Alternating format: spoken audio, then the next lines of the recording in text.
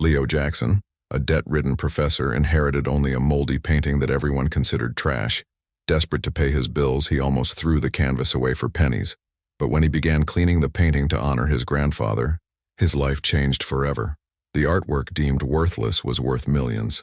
But before we dive in, write in the comments which city you're watching from. It's always exciting to know where our community is spread across the world. If you love life-changing discoveries, don't forget to hit that subscribe button because we have more amazing stories coming your way. The morning mist clung to the weathered clapboard houses of Millfield, South Carolina, like memories that refused to fade. Leo Jackson sat at his kitchen table, staring at the stack of overdue notices spread before him like a hand of losing cards. The coffee in his chipped mug had gone cold an hour ago, but he hadn't moved. Outside, the ancient live oak in his front yard swayed gently, its Spanish moss dancing in the humid air that promised another sweltering day. At 38, Leo looked older than his years. Gray had begun threading through his dark hair, and the lines around his eyes spoke of too many sleepless nights spent calculating impossible math. How do you stretch $1,800 a month to cover a mortgage, utilities, groceries, and the crushing medical debt that had accumulated during Sarah's final year? The cancer had taken his wife 18 months ago, but the bills kept coming like echoes of a nightmare that wouldn't end. The house creaked around him, a 1920s craftsman that had been in his family for 3 generations, his grandfather's pride and joy, now Leo's burden. The foundation was settling. The roof leaked in 3 places and the heating system wheezed like an old man climbing stairs. But it was home. It was all he had left to give his 8-year-old daughter, Maya, who was still asleep upstairs, probably dreaming of worlds where daddies didn't count pennies at breakfast. Leo picked up the foreclosure notice again, its red lettering as sharp as a slap. 60 days. That's all the time he had before the bank took everything. His adjunct professor's salary at the community college barely covered groceries, let alone the mortgage payments that had doubled when he'd refinanced to pay for Sarah's treatments. The dream of opening his own gallery, something he'd whispered about with Sarah during their late-night conversations, now seemed as distant as the moon. The phone rang, startling him from his spiral of worry. "Mr. Jackson, this is Ethel Patterson from Patterson & Associates. I'm calling about your grandfather's estate settlement." Leo rubbed his temples. 3 months had passed since Granddad died, and the lawyers were still finding loose ends. "What now?" "Well, sir, there's one final item. Your grandfather left specific instructions that you were to receive a painting from his study. It was supposed to be delivered with the other items, but it was stored separately. Can you come by this afternoon?" Leo glanced at the bills. He couldn't afford gas for unnecessary trips, but something in the lawyer's voice suggested this wasn't optional. "What kind of painting?" "I'm not sure, Mr. Jackson. The note just says it was important to him that you have it. Something about a promise he made." That afternoon, Leo found himself in the musty law office, staring at a canvas wrapped in old bedsheets. It was larger than he'd expected, maybe 3 feet by 4, and heavier than it looked. When Mrs. Patterson pulled away the covering, Leo's heart sank. The painting was a mess. Decades of cigarette smoke had turned it nearly black, and mold spotted the corners where moisture had crept in. It depicted what looked like a rural scene, a farmhouse, some trees, maybe a fence, but the details were lost beneath layers of grime and neglect. At the bottom right, he could barely make out what might have been a signature, though it was too faded to read. "This is it?" Leo asked. Mrs. Patterson consulted her notes. "Your grandfather was very specific. He said to tell you, the promise matters more than the paint. Does that mean anything to you?" Leo shook his head, but somewhere in the back of his mind, a memory stirred. Granddad, in his final weeks, gripping Leo's hand with surprising strength. "Promise me you won't throw it away," he'd whispered. "Sometimes what looks worthless carries the weight of the world." Now, driving home with the painting in his back seat, Leo wondered if grief had made the old man sentimental about amateur art. He pulled into his driveway and sat for a moment, listening to the engine tick as it cooled. Through the front window, he could see Maya doing homework at the same table where he'd counted bills that morning. He carried the painting to the garage, where dust motes danced in the afternoon light filtering through grimy windows. Leaning it against the workbench, Leo stepped back and really looked at it for the first time. Even beneath the grime, there was something about the brushstrokes, something deliberate and confident that didn't match the amateur scene it portrayed. His phone buzzed. A text from the mortgage company. "Payment overdue. Contact us immediately to avoid foreclosure proceedings. Leo stared at the painting, then at his phone, then back at the painting.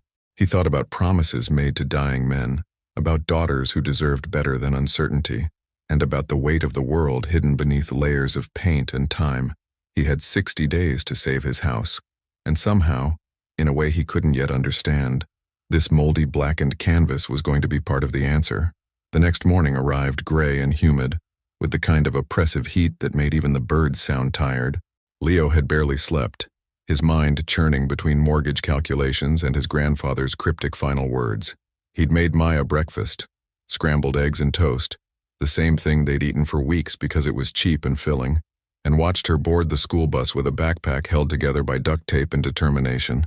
Now he stood in the garage, coffee steaming in his hands, staring at the painting like it might reveal its secrets through sheer willpower.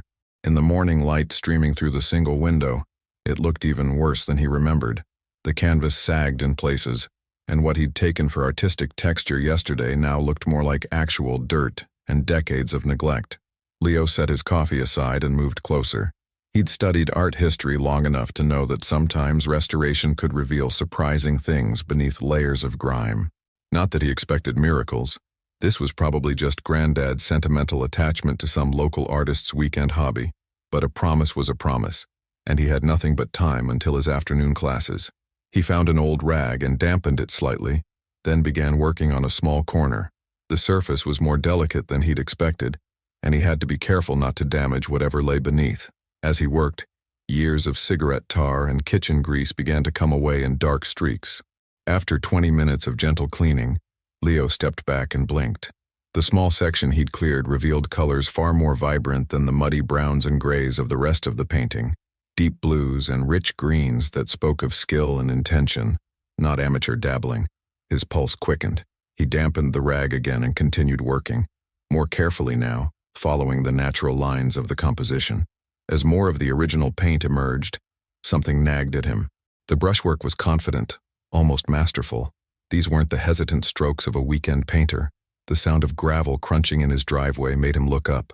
A black sedan had pulled in behind his rusted Honda, and a woman in a crisp business suit was stepping out. She moved with the kind of purposeful stride that usually meant trouble. Leo wiped his hands on the rag and walked to the garage door. "Can I help you?" The woman smiled, but it didn't reach her eyes. "Mr. Jackson, I'm Victoria Sterling from Sterling Acquisitions. I understand you've recently inherited some items from your grandfather's estate. Depends on what you're looking for," Leo said carefully. He'd learned to be suspicious of anyone in expensive clothes who showed up unannounced. Art, specifically. We represent collectors who are interested in pieces from this region. Mid-century works, folk art, anything with local historical significance. Her gaze shifted past him into the garage, and Leo instinctively moved to block her view. "Not sure I have anything like that," he said. "Just some old furniture and family photos." "Of course. Well, if anything turns up, here's my card." She handed him a heavy cardstock rectangle with embossed lettering. "We pay very competitive prices for the right pieces." After she left, Leo stared at the card. Victoria Sterling, Senior Acquisition Specialist. A phone number with a New York area code. He'd never heard of Sterling Acquisitions, but something about the woman's visit felt off. How had she known about his grandfather's estate? And why was she sniffing around for art in a small town where the most valuable painting was probably the Elvis on velvet at Murphy's Diner? He returned to the garage with new urgency. The painting suddenly felt less like a sentimental inheritance and more like a question mark. Leo dampened the rag again and continued cleaning, working in broader strokes now. As the afternoon wore on, more of the original work emerged. What he'd taken for an amateur rural scene was revealing itself as something far more sophisticated. The farmhouse was still there, but the technique was masterful. Confident use of light and shadow, bold color choices that spoke of formal training. And in the bottom right corner, where he'd glimpsed that faded signature, something was becoming clearer. Leo squinted at the emerging marks. Not just one signature, but what looked like two different sets of initials, painted in different styles. The first was crude, obviously added later. But beneath it, painted with the same confident hand as the rest of the work, were two letters that made his breath catch. JR. The initials meant nothing to him specifically, but the way they were painted integrated into the composition itself rather than simply signed afterward, suggested they belonged to the original artist, an artist whose skill was becoming more apparent with every stroke of Leo's cleaning rag. His phone rang. Maya's school. "Mr. Jackson, this is Principal Martinez. Maya's fine, but we need to discuss her lunch account. It's showing a negative balance and our policy requires—" "I'll take care of it," Leo interrupted, his face burning with embarrassment. Another bill he'd forgotten about in the chaos of keeping their heads above water. After he hung up, Leo stared at the partially cleaned painting. The farmhouse scene was still there, but something about the composition bothered him now. The perspective was wrong, deliberately wrong, as if the surface image was meant to disguise something else entirely.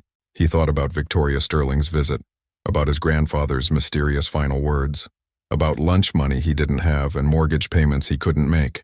Then he looked at those initials again, J.R., painted with the confidence of someone who expected their work to outlast them.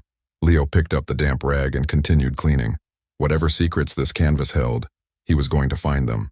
He had 59 days to save his house, $8 in his checking account, and a growing certainty that his grandfather had left him more than just a moldy painting. He had left him a mystery. 3 days later, Leo stood in the cluttered workshop of Marcus Webb, an old friend from graduate school who'd traded his art history PhD for a lucrative career in restoration. The drive to Charleston had cost him gas money he couldn't afford, but the questions gnawing at him had become unbearable. He'd spent 2 more evenings cleaning the painting, revealing layer after layer of sophisticated brushwork that contradicted everything about its amateur surface appearance. "You sure this came from your grandfather's attic?" Marcus asked, adjusting the high-powered magnifying lamp over the canvas. His workshop smelled of turpentine and old wood, lined with easels holding paintings in various stages of resurrection. "Positive, though I'm starting to think he never told me the whole truth about it." Leo watched as Marcus examined the painting with the focused intensity of a surgeon. The cleaned portions revealed a rural scene that was technically masterful, but something about it still felt deliberately misleading. Marcus straightened up, his expression shifting from casual interest to professional bewilderment. "Leo, I need to run some tests on this. The brushwork, the pigment layering, this isn't what it appears to be." "What do you mean?" "I mean this painting is lying to us." Marcus moved to a cabinet filled with specialized equipment. "Help me get this onto the X-ray table." They carefully transferred the canvas to a flat surface beneath what looked like a medical imaging machine. Marcus dimmed the lights and activated the equipment, and slowly, impossibly, a different image began to emerge on the monitor. Leo's breath caught in his throat. Beneath the rural farmhouse scene, revealed in ghostly X-ray clarity, was an entirely different painting, a portrait of extraordinary sophistication, a young black woman in 1920s dress, her eyes alive with intelligence and defiance, her pose radiating a confidence that seemed to leap from the screen. The composition was bold, modernist, with angular planes and dramatic contrasts that spoke of the Harlem Renaissance aesthetic. "Jesus Christ," Marcus whispered. "Leo, this is a palimpsest. Someone painted over an original work. Look at this technique. These are the hallmarks of the Harlem Renaissance masters." Leo stared at the hidden portrait, his heart pounding. The woman's face was hauntingly beautiful, but more than that, there was something familiar about her features, something that tugged at memory like a half-remembered song. "Can you see the signature?" Leo asked. Marcus adjusted the imaging settings, and the bottom corner of the hidden painting came into sharper focus. There, painted with bold confidence, were the same initials Leo had glimpsed through his cleaning, J.R. But now, in the full context of the hidden masterpiece, they carried weight that made his hands tremble. "J.R., Marcus read aloud. "Leo, if this is what I think it is." He trailed off, moving to his computer and typing furiously. "Julian Reed. Have you ever heard that name?" Leo shook his head, but something cold was spreading through his chest. Julian Reed was one of the most important painters of the Harlem Renaissance. Born in South Carolina, moved to New York in the early 1920s. His work was revolutionary. He painted black subjects with a dignity and complexity that challenged every stereotype of the era. Marcus's fingers flew over the keyboard. "But here's the thing. Most of his major works were destroyed in a fire at his studio in 1928. Only a handful of pieces survived, and they're in major museums now." The workshop fell silent except for the hum of the X-ray machine. Leo stared at the hidden portrait, at the woman whose eyes seemed to watch him from across nearly a century. "Marcus," he said slowly, What would a painting like this be worth? Marcus was quiet for a long moment. If this is authentic, and the X-ray suggests it is, we're looking at a museum-quality piece by an artist whose work rarely comes to market. Conservative estimate? He paused, checking his computer screen again. 50 to 75 million. Maybe more. The words hit Leo like a physical blow. He gripped the edge of the table, his vision swimming. $50 million. Hidden beneath a farmhouse scene in his grandfather's garage. More money than he could comprehend. More than enough to save his house, pay Maya's way through college, change their lives forever. But why? He managed to ask. Why would someone paint over something this valuable? That's the question, isn't it? Marcus said softly. Someone went to extraordinary lengths to hide this painting. The overpainting isn't crude. It's deliberate, careful, meant to preserve what's underneath while completely disguising it. This was about protection, not destruction. Leo thought about his grandfather's final words. Sometimes what looks worthless carries the weight of the world. The old man had known. Somehow, he'd known exactly what he was leaving behind. Marcus, I need you to be very careful about who you tell about this. His friend nodded grimly. Already way ahead of you. But Leo, you need to understand. A discovery like this doesn't stay secret long. When word gets out, and it will, your life is going to change in ways you can't imagine. That evening, Leo sat in his darkened garage, staring at the painting by the light of a single bulb. The cleaned portions seemed to glow with new significance, and the hidden portrait beneath haunted his thoughts. The woman's face, revealed in X-ray clarity, had looked so familiar. Not just beautiful, but somehow connected to him in ways he couldn't yet understand. He'd driven home in a daze, Marcus's words echoing in his mind. $50 million. Maybe more. Enough to solve every problem, answer every prayer, secure every future he'd ever imagined for Maya. But also enough to attract attention he wasn't sure he wanted. Leo pulled out his phone and stared at Victoria Sterling's business card. She'd known to come looking. Somehow, someone already suspected what his grandfather had been hiding. He thought about promises made to dying men, about the weight of secrets, and about a young black woman whose portrait had been hidden away for nearly a century. Why had Julian Reed painted over his own masterpiece? Why had it ended up in his grandfather's possession? And what had prompted the old man to guard its secret for so long? As the night deepened around him, Leo realized that inheriting $50 million might be the least of his problems. He'd inherited a mystery that stretched back to the Harlem Renaissance, a secret that someone had been willing to hide for generations. And now, whether he wanted it or not, that secret was his to keep or reveal. The weight of the world, indeed. Leo spent that sleepless night pacing his small living room, the implications of Marcus's discovery churning through his mind like a storm. $50 million. A hidden masterpiece by Julian Reed, a grandfather who'd carried this secret to his grave. By dawn, he knew he couldn't move forward without understanding the whole truth. He called in sick to the community college, something he'd never done before, and drove back to his grandfather's house. The old Victorian had been sold to pay estate debts, but the new owners had given him a week to collect any remaining personal items. Leo had avoided going back, the emptiness too painful. Now he climbed the creaking steps to Granddad's study with a desperate urgency. The room still smelled like pipe tobacco and old books. Leo began systematically searching drawers, closets, anywhere the old man might have hidden documents related to the painting. In the bottom drawer of an old filing cabinet, his fingers found something unexpected. A manila envelope taped to the underside of the drawer. Inside were photographs, letters, and a leather-bound journal, all wrapped in yellowed tissue paper. Leo's hands trembled as he opened the journal to the first page, written in his grandfather's careful script.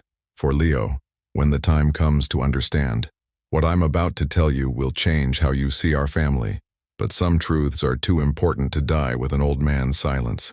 The next pages told a story that made Leo's world shift on its axis. In 1928, his great-grandmother, Iris Jackson, had been a seamstress in Charleston, working for wealthy white families. She was also, according to the journal, extraordinarily beautiful, and that beauty had caught the attention of Julian Reed during one of his visits south to paint scenes of black life in the rural Carolinas. Leo found a photograph tucked between the journal pages. A young black woman in 1920s dress, her pose elegant, her eyes alive with the same intelligence and defiance he'd seen in the X-ray. The resemblance to his own features was unmistakable. The shape of the eyes, the set of the jaw. This was Iris Jackson, his great-grandmother. This was the woman in the hidden portrait. The journal continued in his grandfather's measured handwriting. Julian painted Iris in secret, not just because of the racial tensions of the time, but because they had fallen in love. Their relationship was impossible. A black artist and a black seamstress in 1928 South Carolina could never be together openly. But Julian saw in Iris something that transcended the limitations of their world. He painted her as he saw her, regal, intellectual, defiant of every stereotype that society tried to impose. Leo turned the page, his heart racing. But in October 1928, word spread that Julian was consorting with local Negro women. A white mob formed, planning to burn down his studio and run him out of town, or worse. Julian knew they were coming. The night before the raid, he came to Iris with his most precious painting, her portrait, and begged her to hide it. He couldn't bear the thought of their love, their story, being destroyed by hatred. The journal described how Julian had painted over the portrait himself, tears streaming down his face as he covered Iris's image with a deliberately amateur rural scene. The overpainting was rough, quick, meant to make the canvas look worthless to anyone who might search for valuable art. Julian left town that night. Iris never saw him again. She told everyone, including her future husband, my father, that the painting was just amateur work by a traveling artist. But she kept Julian's secret, and when she died, she made my father promise to protect it. He passed that promise to me, and now I pass it to you. Leo's throat tightened as he read the final entry. I never told you about Iris and Julian because I wanted you to discover them when you were ready to understand what their love meant. They couldn't be together in their time, but their story, their love, their courage, their sacrifice deserves to be told. The painting isn't just valuable, Leo. It's proof that our family comes from people who chose love over fear, art over ignorance, dignity over safety. Leo set the journal aside and examined the photographs more carefully. There were pictures of Iris throughout her life, working at her sewing machine, holding Leo's grandfather as a baby, standing proudly in front of the house that would eventually become Leo's childhood home. In every image, she carried herself with the same quiet dignity that radiated from the hidden portrait. Among the papers was a letter, the envelope addressed in a shaking hand to Mrs. Iris Washington, her married name. The return address was faded, but Leo could make out J. Reed, New York, NY. The postmark was 1955. Inside, Julian's handwriting was barely legible. My dearest Iris, I hope this letter finds you well and happy. I have never stopped thinking about you, about us, about the life we might have shared. I am dying now. The doctors say months, not years. But I needed you to know that painting you carries my heart. If anything ever happens to it, if it's ever discovered, please know that I painted you as the queen you always were to me. You are the greatest masterpiece I ever created. Not because of how I painted you, but because of who you were. I pray that someday, when the world is ready, our story can be told. All my love, Julian. Leo sat in the empty study, surrounded by the ghosts of a love story that had played out nearly a century ago. His great-grandmother Iris had carried Julian's secret until her death, passing it down through the generations like a sacred trust. His grandfather had guarded it for decades, waiting for the right moment to reveal the truth. And now it was his turn to decide what to do with a love story worth $50 million. But as Leo carefully returned the documents to their envelope, he realized the money was the least important part of the discovery. He was holding proof of a relationship that had transcended the brutal racial realities of 1928 South Carolina. He was the keeper of a story about black love, black art, and black dignity that had been hidden away, waiting for a world that might finally be ready to hear it. The woman in the portrait wasn't just Julian Reed's masterpiece. She was Leo's great-grandmother, a seamstress who had inspired one of the greatest artists of the Harlem Renaissance to create something so beautiful, so powerful, that he'd risked everything to preserve it. Looking at the photographs of Iris, Leo finally understood why the hidden portrait had felt so familiar. He was seeing his own family history, his own heritage, painted with love and preserved with sacrifice. The weight of that responsibility settled on his shoulders like a mantle passed down through generations of keepers. This wasn't just about money anymore. This was about honor, legacy, and the courage to tell a story that had been waiting nearly a century to be heard. The word leaked within 48 hours. Leo had been careful, sworn Marcus to secrecy, told no one else about the discovery. But in a town the size of Millfield, secrets had a way of sprouting legs. By Thursday morning, His phone was ringing before dawn. Art dealers, journalists, collectors, all somehow aware that Leo Jackson had inherited something significant from his grandfather's estate. He let the calls go to voicemail, but the messages grew more persistent, more specific. Someone mentioned Julian Reed by name. Another caller offered $20 million sight unseen. A reporter from the Charleston Post and Courier left 3 messages about lost Harlem Renaissance masterpieces in rural South Carolina. Leo stood at his kitchen window watching a white van with satellite equipment park across the street. His hands shook as he poured coffee, the normalcy of the morning routine feeling surreal against the circus gathering outside his door. "Daddy?" Maya appeared in the doorway, still in her pajamas, rubbing sleep from her eyes. "Why are there cameras outside?" The innocence in her question hit him like a punch to the chest. How could he explain that their quiet life was about to be turned inside out by a painting she'd never seen? That strangers were gathering to gawk at their modest home because her great-great-grandmother had been loved by an artist 95 years ago? "Just some people interested in Granddad's old things," he said, pulling her close. "Nothing for you to worry about." But worry was exactly what he felt as the day progressed. The crowd outside grew larger. Victoria Sterling returned, this time with 2 associates in expensive suits. A van from CNN pulled up behind the satellite truck. His neighbor, Mrs. Rodriguez, knocked on his door to warn him that strangers had been asking questions about his family history. By afternoon, Leo felt like a prisoner in his own home. Every time he peered through the blinds, more people had gathered. Some held cameras with telephoto lenses.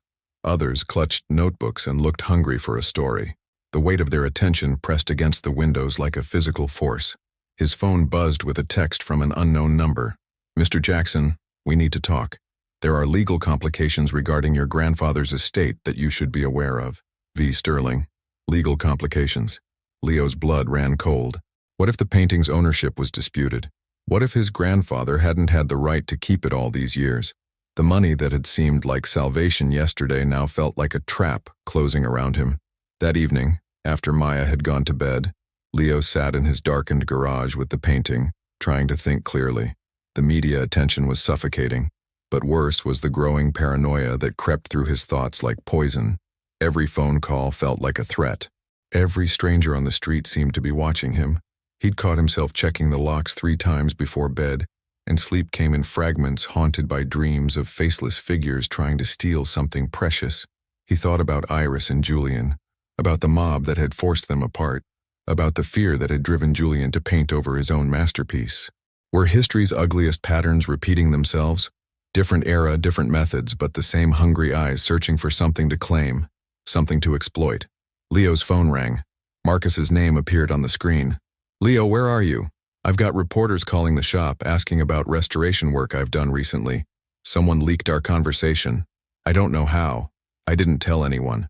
Doesn't matter now. Listen, I've been doing research on Julian Reed's market value. If this painting is authenticated, and I mean really authenticated by the major auction houses, we're not talking 50 million anymore. We're talking closer to 300 million. The number hit Leo like a physical blow. $300 million. The figure was so enormous it felt abstract, meaningless. But the attention it would bring, the scrutiny, the legal battles, those felt terrifyingly real. Marcus, what if someone challenges the ownership?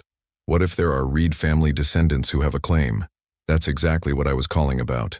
I've been digging into Julian Reed's history.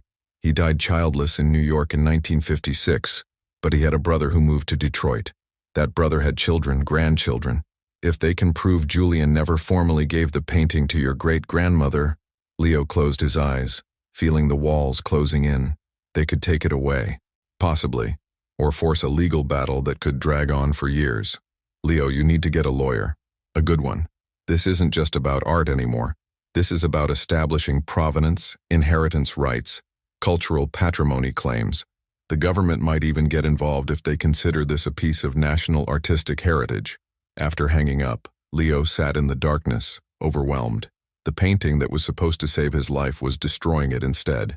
He thought about the simple financial problems he'd faced just a week ago. Overdue bills, foreclosure notices, lunch money for Maya.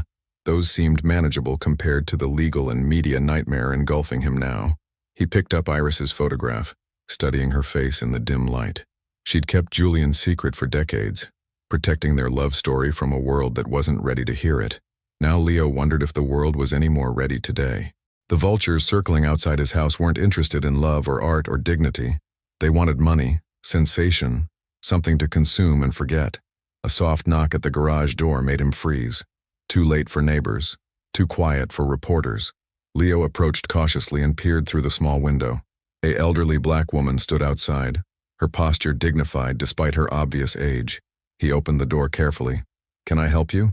"Mr. Jackson, my name is Dorothy Reed Williams. Julian Reed was my grandfather." Her voice was soft but carried the weight of authority. "I think we need to talk." Leo's heart stopped. Everything Marcus had warned him about was standing on his doorstep, but instead of lawyers and legal papers, it was a grandmother with kind eyes and his great-grandmother's same quiet dignity. "I'm not here to take anything from you," she continued, sensing his fear. "I'm here because my family has been looking for that painting for 70 years. We knew it existed, but we never knew where. My grandfather wrote about it in letters to my grandmother, the portrait of the woman he loved more than life itself." Leo stared at her, feeling the last foundations of his certainty crumble. This wasn't just about money or legal ownership anymore. This was about family, about a love story that belonged to more people than just him. "Mrs. Reed Williams," he said slowly, "I think you should come inside." As he led her toward the garage, Leo realized that the most difficult decision of his life was about to become even more complicated. The painting wasn't just his inheritance or his salvation. It was a bridge between families, between generations, between a love that had been forced into hiding and a world that might finally be ready to embrace it. But first, he had to figure out what the right thing to do actually was. Dorothy Reed Williams sat in Leo's garage, her weathered hands folded in her lap, studying the painting with eyes that seemed to see through time itself. The media circus outside felt like another world, as she spoke in the quiet, measured tones of someone who had carried secrets for decades. "My grandfather never got over losing her," she said softly. "He painted other women, other portraits, but he always said Iris was the only one who truly saw him. Not the famous artist, not the Harlem Renaissance celebrity, just Julian, the boy from Beaufort who loved to draw." Leo sat across from her, the journal and photographs spread between them like pieces of a puzzle finally coming together. "How did you know where to find me?" "We've been tracking the painting's history for years. My grandfather left detailed records, letters, sketches, even a map of where he thought it might be hidden. When the news broke about your discovery, my family knew immediately what it had to be." She smiled gently. "We're not here to take it away from you, Mr. Jackson. We're here to help you understand what you've inherited." "What do you mean?" Dorothy reached into her purse and pulled out a manila folder thick with documents. "Julian left very specific instructions about this painting in his will. If it were ever found, if Iris's family were ever located, he wanted his wishes honored. He didn't just paint over the portrait to hide it, he transformed it into something else entirely. A gift, a trust." Leo opened the folder, his hands trembling. Inside were photocopies of Julian's will, letters to lawyers, even architectural sketches. The pages told a story that made his chest tighten with emotion. "Julian knew he was dying when he wrote these," Dorothy continued. "He'd been searching for Iris for years, but she'd moved, remarried, taken her husband's name. He never found her, but he never stopped hoping that someday, somehow their story would bring their families together." The documents outlined Julian's dream. If the painting were ever recovered, the proceeds from its sale should be used to create an art center in the South, specifically in South Carolina, dedicated to preserving and celebrating Black artistic heritage from the Harlem Renaissance era. Not a museum for tourists, but a working center where young artists could learn, create, and carry forward the legacy that Julian and his contemporaries had begun. "He called it the Iris Foundation," Dorothy said, her voice thick with emotion. "After your great-grandmother, because she inspired the greatest work of his life and because he believed love could build something more permanent than any painting." Leo stared at the pages, overwhelmed. Everything he thought he understood about his inheritance was changing again. This wasn't just about his family's secret or even Dorothy's family's loss. It was about something larger, a vision that stretched across generations. "But the money," he said slowly, "the $300 million, my daughter, my house, would be taken care of," Dorothy said firmly. "Julian's will specifies that the families involved, yours and mine, would be provided for in perpetuity through the foundation. Not wealthy, but secure, comfortable, free to make choices based on purpose rather than desperation. Over the following weeks, as lawyers worked through the complex legal framework Julian had left behind, Leo found himself in the strangest period of his life. The media attention didn't disappear, but it shifted focus. Instead of sensational stories about hidden treasure, journalists began writing about Julian Reed's remarkable vision, about a love story that had transcended death to create something meaningful. The authentication process confirmed what Marcus had suspected. This was indeed Julian Reed's lost masterpiece, painted with a technique and emotional depth that made it priceless beyond its monetary value. But more importantly, the legal framework Julian had created decades earlier held up under scrutiny. The painting belonged to both families, and both families had agreed to honor Julian's dream. Maya adapted to the changes with the resilience of childhood. She was fascinated by the story of her great-great-grandmother, poring over photographs and asking endless questions about Iris and Julian's love.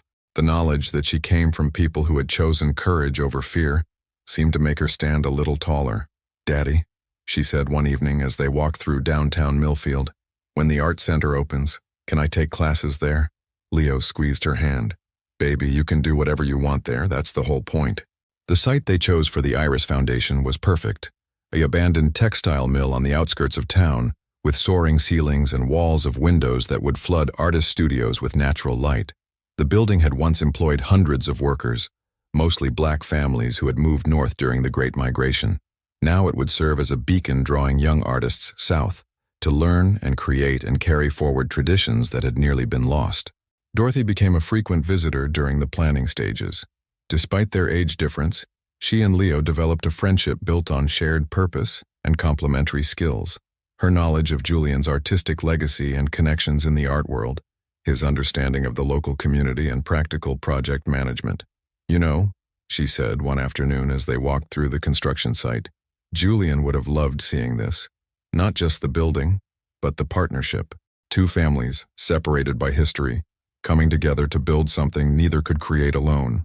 The painting itself would remain the centerpiece of the foundation, but not as a static display. Following Julian's wishes, it would be used as a teaching tool, showing young artists the technical mastery of Harlem Renaissance painting, while telling the story of the love that inspired it. The overpainting would be carefully preserved alongside the original portrait, a testament to the sacrifices artists and families had made to protect what mattered most. Opening day arrived on a crisp October morning, exactly 1 year after Leo had first discovered the hidden portrait. The media attention had evolved into genuine celebration. Government officials, art world luminaries, and hundreds of local residents gathered to witness something unprecedented. Leo stood at the podium looking out at the crowd that included everyone from CNN reporters to his next-door neighbor, Mrs. Rodriguez. Maya sat in the front row, wearing her best dress and the biggest smile he'd ever seen. "A year ago," he began, "I thought I was inheriting a worthless painting and a foreclosure notice. I was wrong about both." Gentle laughter rippled through the audience. "What I actually inherited was a love story, a family legacy, and a responsibility that scared me to death." He paused, finding Dorothy's face in the crowd. She nodded encouragingly. "But I learned something important over these past months. Some inheritances aren't meant to be kept. They're meant to be shared.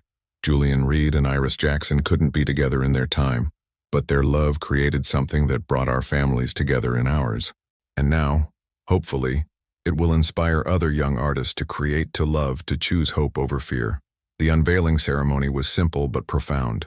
As the cloth fell away from the painting, now displayed in a specially designed case that showed both the overpainting and the hidden portrait beneath, the crowd fell silent. Even those who had seen it in photographs were moved by its presence, by the palpable love and artistry that seemed to radiate from the canvas. That evening, after the crowds had gone home and the media had filed their stories, Leo walked through the quiet halls of the foundation, with Maya sleeping in his arms. Through the large windows, he could see the lights of Millfield twinkling below, and beyond them, the rolling hills where his ancestors had lived and worked and dreamed. He thought about promises made to dying men, about love that transcended time, about the courage it took to transform personal pain into something that could serve others. The foreclosure notice that had once terrified him was long gone, replaced by financial security, and more importantly by purpose. But the greatest transformation wasn't financial, it was personal. Leo had inherited more than a painting or even a foundation. He had inherited the knowledge that he came from people who had chosen to protect beauty in an ugly world, who had sacrificed for love, who had believed in tomorrow even when today was filled with fear. As he carried Maya to the car, Leo glanced back at the illuminated sign above the foundation's entrance, the Iris Foundation, where love creates legacy. Below it, in smaller letters, established through the vision of Julian Reed and the courage of the Jackson and Reed families. Sometimes, Leo reflected, the most valuable inheritances aren't the ones we receive but the ones we choose to pass forward. Julian and Iris's love story had waited nearly a century to be told, but in the telling, it had created something more permanent than any painting, a place where future generations of artists could learn that love, creativity, and courage were the only inheritances that truly mattered. The weight of the world, as his grandfather had said, sometimes carried the promise of tomorrow. And tomorrow, Leo thought as he drove through the quiet streets of Millfield, looked brighter than it had in years. The story of Leo Jackson and the hidden masterpiece became more than just a tale of discovery. It became a testament to the power of love to transcend time, transform lives, and create legacies that serve something greater than individual gain. Through the Iris Foundation, Julian Reed and Iris Jackson's love story continued to inspire new generations of artists, proving that some treasures are too precious to keep to ourselves, and that the most meaningful inheritances are the ones we choose to share with the world. Subscribe now so you don't miss a single life-changing discovery. Click on the next video, because we have even more hidden treasures to reveal. And if you were moved by this journey, share it with your family because stories like this need to be shared.